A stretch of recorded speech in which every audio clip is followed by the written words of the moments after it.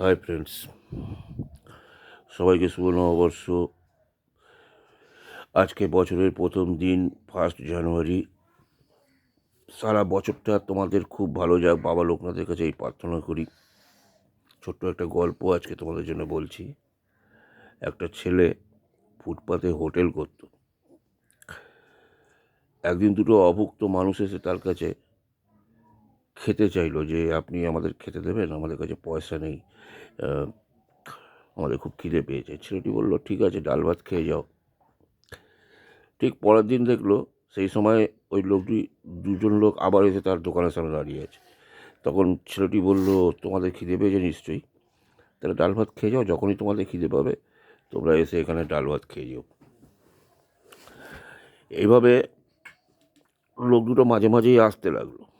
একদিন ছেলেটির একটু কৌতূহলে জিজ্ঞেস করলো, ভাই তোমাদের বাড়ি কোথায়, তোমরা কোথায় থাকো? তখন দুজন বলল যে আমরা যমদূত, মানুষের প্রাণ হরণ করতে আসি। ছেলেটির খুব ইচ্ছা হলো জানার যে সে কবে মারা যাবে। সে বললো, তাহলে তোমরা বলতে পারো আমি কবে মারা যাব? বললো, এটা আমাদের পক্ষে বলা সম্ভব নয়, আমাদের নিয়মের বাইরে।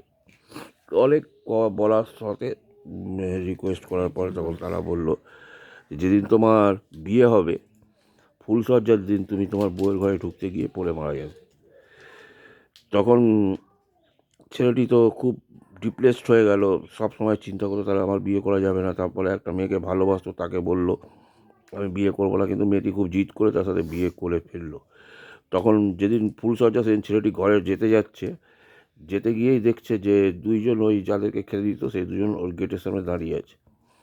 তখন ছেলেটি বলছে যে আমাকে একটু সময় দাও, আমি একটু সময়, ওর সঙ্গে আলোচনা করছে যে আমাকে একটু সময় দাও, আমি কিছুক্ষণ সময়ের পরে আবার তোমাদের কাছে চলে আসবো। কিন্তু ওরা বলছে এটা তো আমাদের নিয়মের বাইরে, আমাদের আদেশ আমরা পালন করতে এসেছি। এই কথাগুলো ওর বউ ঘরের ভিতর থেকে শুনছিল। হঠাৎ দেখলো জানলায়, শুনতে শুনতে জানলায় কে ধাক্কা দিচ্ছে।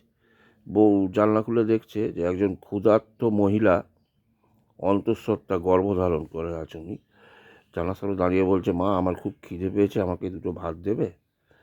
তখন মেয়েটি ভাবলো, এতগুলো খাবার রয়েছে, আমার স্বামী তো একটু পরেই মারা যাবে, আমরা খেতে পারবো না। তা খাবারগুলো ওই মহিলাকে দিয়ে দিল। ও তো খাবারগুলো দেওয়ার পরে মহিলা বলল, মা তোমার মন ভরে, দুহাত ভরে, অন্তর দিয়ে তোমাকে আশীর্বাদ করছি, তোমার সারাটা জীবন ভালো যাক, 100 বছর তুমি তোমার স্বামী সন্তানকে নিয়ে সুখে থাকো। আশীর্বাদ করে মহিলাটি চলে গেল। সঙ্গে সঙ্গে তৎক্ষণাৎ যমদূত উপর থেকে ওদেরকে বলল যে এই আশীর্বাদটাকে খণ্ডন করার ক্ষমতা আমার নেই, তোমরা ফিরে এসো, এই লোকটার এই মুহূর্তে মৃত্যু হবে না। সুতরাং বন্ধুরা, আশীর্বাদ একটা এমন জিনিস, যতটা পারবে বছরে সবার থেকে নেবার চেষ্টা করবে। জয় বাবা লোকনাথ, জয় মা তারা।